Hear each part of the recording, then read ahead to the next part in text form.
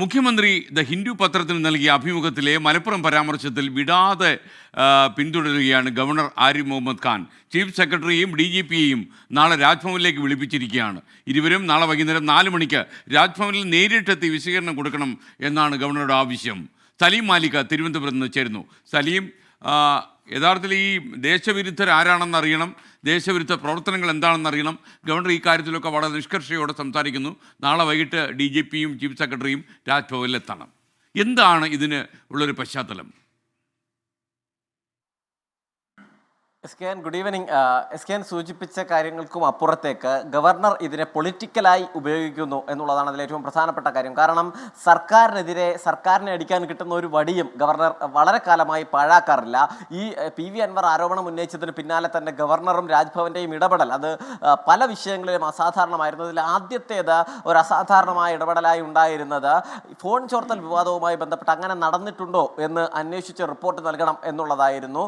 അതിനുശേഷം രണ്ടാമത് മലപ്പുറവുമായി ബന്ധപ്പെട്ട് മലപ്പുറം ജില്ലയിൽ ഇങ്ങനെ ഈ സ്വർണ്ണക്കടത്തും അങ്ങനെ ദേശവിരുദ്ധ പ്രവർത്തനവുമായി ബന്ധപ്പെട്ട് എടുത്ത കേസുകളുടെ എണ്ണം എത്ര എന്നുള്ളതായിരുന്നു രാജ്ഭവൻ പിന്നീട് സർക്കാരിനോട് ആവശ്യപ്പെട്ട ചോദ്യം. ഇപ്പോൾ അതിനേക്കാൾ കുറച്ചുകൂടി കടുത്ത നിലപാട് കടുപ്പിച്ച് പറയുന്നു.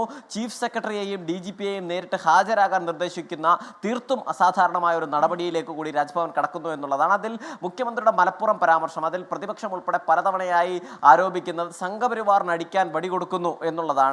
ഇപ്പോൾ രാജ്ഭവനും ആ വിഷയത്തിൽ നേരിട്ട് ഇടപെടുന്നതോടുകൂടി അടുത്ത ദിവസങ്ങളിൽ പ്രതിപക്ഷം മലപ്പുറം വിവാദവുമായി ബന്ധപ്പെട്ട് കൂടുതൽ ആരോപണം ഉയർത്തുകയും ചെയ്യും. നിലവിൽ രാജ്ഭവൻ ആവശ്യപ്പെട്ടിരിക്കുന്നത് മലപ്പുറം പരാമർശം മലപ്പുറത്ത് നിന്നും പിടികൂടുന്ന സ്വർണവും ഒപ്പം തന്നെ ഹവാല പണവും അത് ദേശവിരുദ്ധ പ്രവർത്തനങ്ങൾക്കായി ഉപയോഗിക്കുന്നു എന്നുള്ള മുഖ്യമന്ത്രിയുടേതായ അടിച്ചു വന്ന പരാമർശം, ആ പരാമർശം മുഖ്യമന്ത്രി നിഷേധിച്ചിരുന്നു. പക്ഷേ അങ്ങനെ അടിച്ചു വന്ന പരാമർശത്തിൽ എന്തെങ്കിലും തരത്തിലുള്ള സത്യമുണ്ടോ, അതല്ലെങ്കിൽ അതിൻ്റെ വിശദാംശം എന്ത് എന്ന് DGPയും ചീഫ് സെക്രട്ടറിയും നേരിട്ടെത്തി വിശദീകരിക്കണം എന്നാണ് രാജ്ഭവൻ ഇപ്പോൾ ആവശ്യപ്പെട്ടിരിക്കുന്നത്.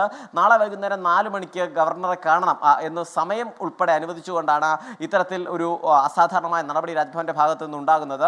സ്വാഭാവികമായും അതിൽ DGPയുടെ മറുപടി എന്താകും, ചീഫ് സെക്രട്ടറിയുടെ നടപടി എന്താകും എന്നുള്ളതിൽ വലിയ ആകാംക്ഷയും രാഷ്ട്രീയ കൗതുകവുമുണ്ട്. കാരണം മുഖ്യമന്ത്രി ആരോപണം താൻ അങ്ങനെ പറഞ്ഞിട്ടേ ഇല്ല എന്ന് പറയുകയും ദ ഹിന്ദു മുഖ്യമന്ത്രിയുടേതായി വന്ന PR ഏജൻസി കെയ്സനാണ് അത്തരത്തിലൊരു പരാമർശം അച്ചടിക്കാൻ നിർദ്ദേശം നൽകിയതെന്ന് പറയുകയും ചെയ്തു. അങ്ങനത്തെ PR ഏജൻസിയെ തനിക്കില്ല എന്ന് പിന്നീട് മുഖ്യമന്ത്രിയും പറഞ്ഞു. അങ്ങനെ ഇതുമായി ബന്ധപ്പെട്ട ആരോപണ പ്രത്യാരോപണങ്ങളും പല നിലയിലുള്ള ചർച്ചകളും അന്തരീക്ഷത്തിൽ നിൽക്കുമ്പോഴാണ് ഗവർണർ ഈ നിലയിൽ ഒരു ഇടപെടൽ നടത്തിയിരിക്കുന്നത്. അതുകൊണ്ട് തന്നെ സ്വാഭാവികമായും ചീഫ് സെക്രട്ടറിയും DGPയും ഈ വിഷയത്തിൽ എന്ത് നിലപാട് സ്വീകരിക്കുന്നു, അവരുടെ മറുപടി എന്ത് എന്നുള്ളതിൽ വലിയ ആകാംക്ഷയുണ്ട്. പ്രത്യേകിച്ചും ഗവർണർ കൂടി ആവുമ്പോൾ അതിലൊരു ഔദ്യോഗിക സ്വഭാവം കൂടിയുണ്ട്. മാത്രമല്ല ഒരല്പം പടി കൂടി കടന്ന് ഒരുപക്ഷെ മുഖ്യമന്ത്രിയെ ഉൾപ്പെടെ വിളിച്ചു വരുത്തുമോ എന്നുള്ളത് പോലും നമ്മളുടെ രാഷ്ട്രീയ ആകാംക്ഷയായി നിൽക്കുന്നുണ്ട്. കാരണം നമ്മുടെ ഗവർണറാണ്, അദ്ദേഹം അസാധാരണമായ നടപടികൾ എപ്പോഴും എടുക്കുന്നയാൾ കൂടിയാണ്. അതുകൊണ്ട് തന്നെ ആ നിലയിൽ എന്തെങ്കിലും നടപടിയിലേക്ക് കടക്കുമോ എന്നും ആകാംക്ഷയുണ്ട്. സ്വാഭാവികമായും ഇന്ന് നിയമസഭയിൽ ഉൾപ്പെടെ ആ വിഷയമായിരുന്നു, ഈ മലപ്പുറവുമായി ബന്ധപ്പെട്ട വിവാദമായിരുന്നു നിയമസഭയിൽ അടിയന്തര പ്രമേയമായി ഉയർന്നത്. അതിന് അടിയന്തര പ്രമേയത്തെ അനുമതി ഉൾപ്പെടെ അനുവദിച്ചതുമാണ്. പക്ഷേ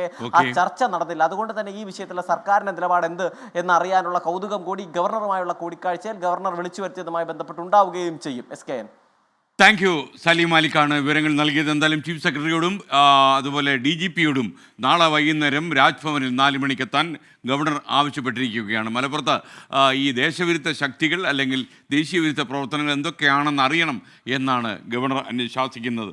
അപ്പോൾ മുസ്തഫ കുഞ്ഞിമോൻ പറയുന്നു, താങ്കൾ എല്ലാ ദിവസവും ഈ പുട്ടിയൊക്കെ ഇട്ട് പൗഡറൊക്കെ പൂശി പെയിൻ്റൊക്കെ അടിച്ച് വരികയാണെങ്കിൽ ഈ വാർത്ത വിശ്വസിക്കാൻ നമുക്ക് ബുദ്ധിമുട്ടുണ്ട് എന്നാണ് ഈ മുസ്തഫ കുഞ്ഞുമോൻ പറയുന്നത്. മുസ്തഫ, അങ്ങനെയാണെങ്കിൽ ഒരു TV ചാനലിലെയും വാർത്ത താങ്കൾക്ക് വിശ്വസിക്കാൻ കഴിയാതെ പോകും. ലോകത്തിലുള്ള എല്ലാ TV ചാനലുകളും ഈ ടെലിവിഷൻ സംപ്രേഷണത്തിൽ ഈ ക്യാമറയുടെ മുന്നിൽ ഫേസ് ചെയ്യുന്നതുകൊണ്ട് അത്യാവശ്യം മിനിമം മേക്കപ്പ് ഇട്ട് ഇറങ്ങുന്നത് അതൊരു യാഥാർത്ഥ്യമാണ്.